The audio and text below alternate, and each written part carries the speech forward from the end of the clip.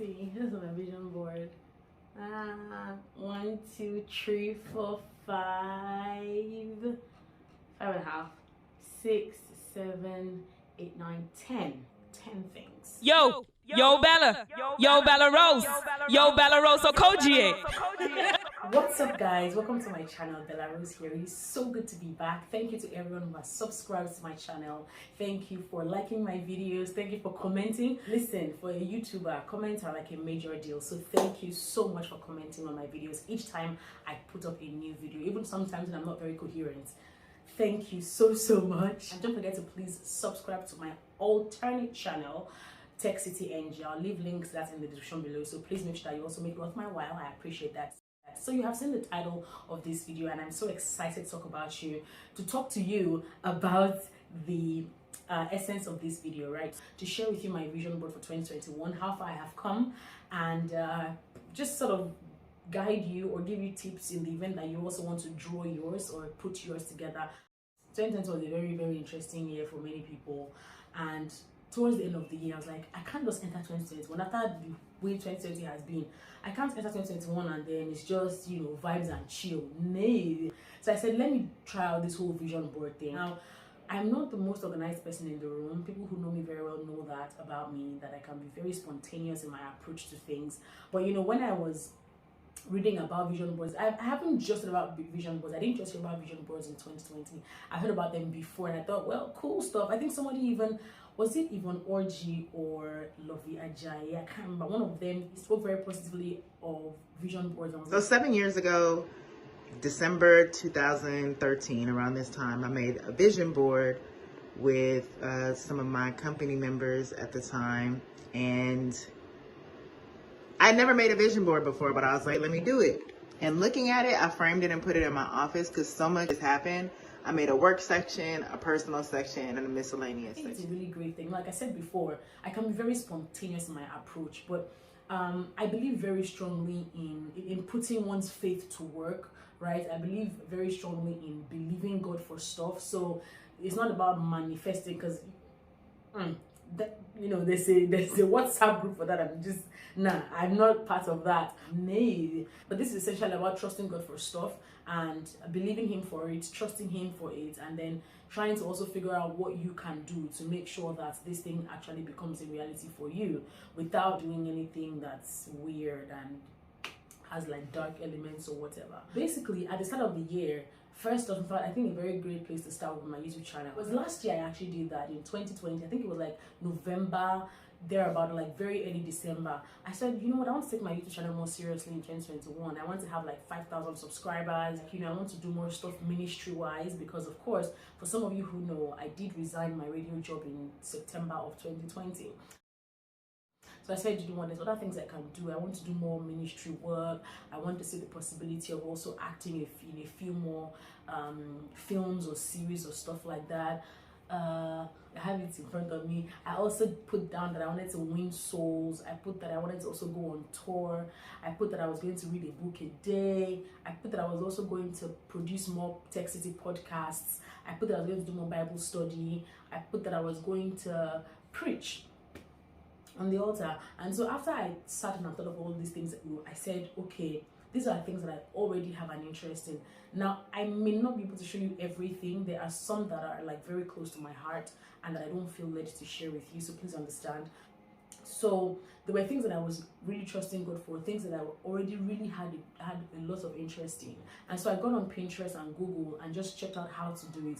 Some people try to make it look very complicated, but listen, the vision board is basically what you sort of want to focus on in the new year or for a period of time. If it is areas of your life where you are trusting God for like a very clear direction, right? So it's like, I want direction in this area of my life. Lord, please give me that direction.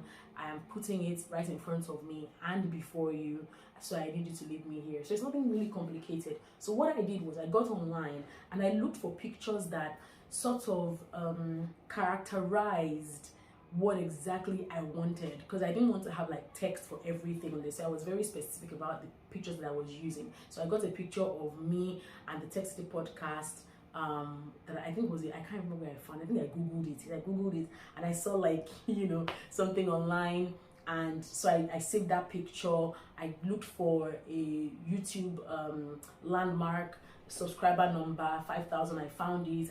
I did that. 5,000 subscribers. Also got like the YouTube logo as well. For the preaching one, that one was a bit dicey for me because I thought I was not even making like serious efforts with regards to being ordained or being a minister or anything like that, to be honest.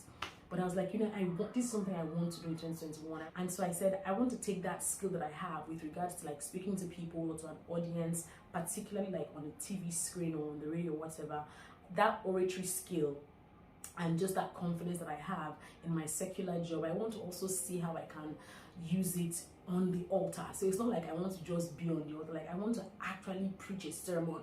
So I got a picture of Priscilla Shire and she was preaching. She had a Bible in her hand and she was declaring. I'm like, this is actually what I want to do by the grace of God in 2021. And I got that picture and a few other pictures as well that just really characterize what I wanted to do in the new year. And I took them to the office, printed them out, cut them out, and I just pasted them on my wall at home. Now some people say that you should put your vision board where you can see it every day, and honestly speaking, the place I put it is such that every time I walk into this room and I step out, I must see it. It's like I must see it. But I think also, and this is the thing with having faith, it is, you can't carry your vision board everywhere with you, right? But you need to have an evidence of it. Now that evidence of that thing is what's in your mind. It's in your mind, and it's also like even in the prayers that you pray as well. If you do not have these things in your heart and on your mind, I don't know how big a deal pasting it on your wall in your house is going to be, because how about when you're not at home, for instance? So maybe you go to church and they pray prayer, you are able to quickly link it to that item in your vision board and be like, oh yes, Lord, I'm trusting you for this year and I need direction. So if you have a vision board, let me know how you did yours. Was it the exact same way? I just use gum to just gum it on my wall. People are sometimes very artistic about it. They're very, do a lot of arts and crafts. Me, I did not do that. I just got pictures and I cut them out, put them on the wall, on paper, just glued it to the wall like that. And then every other thing was just trying my best to make sure that I work at it. And have I been able to achieve my goals for the year, particularly those I put on my vision board? To the glory of God, yes. So like, I counted like 10 initially. I was 11. 1, 2, 3, 4, 5, 6, 7, 8, 9, 10. So 10. So I'm very close to 5,000 YouTube subscribers. I have preached on the altar, I think 2 times this year. The podcast was going very well until sort of like about a month or 2 ago, because I think like August, because I sort of got a bit more occupied in other areas. I have not studied my Bible as much as I wanted to. I did feature on another series this year. I haven't read as many books as I wanted to or as I hoped to. So yeah, winning souls as well. I thought to myself, I want to be very deliberate about like soul winning this year. And to the glory of God, in one of the ministrations that I did at church, a guy came out and surrendered his life to Christ. I thought that was really great. And by the grace of God, I am also a part of the 80 days challenge. Very brilliant idea. Let's win a soul for the next 80 days. And I feel like being a part of that project for me is the fulfillment of that goal that I had at the beginning of the year. So yeah, and I have not done badly by the grace of God, and I know that God has really helped me. Will I do this again for 2022? Honestly, I don't know. I'm being very honest. I don't know, but that's not because it did not work. But I feel like God made me do it because He really wanted to show out in my life. Like this year, He really wanted to make me realize that He's with me. And sometimes you don't know the extent to which you have achieved stuff until you sort of like look back and you're like, oh, you're able to connect the dots. So for 2022, I don't know just yet.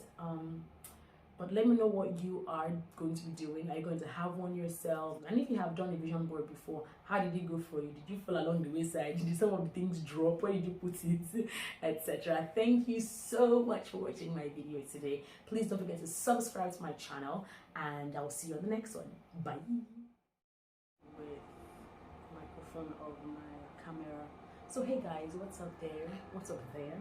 I will say first off that this is a trial, so let me see what this looks like. Take 2.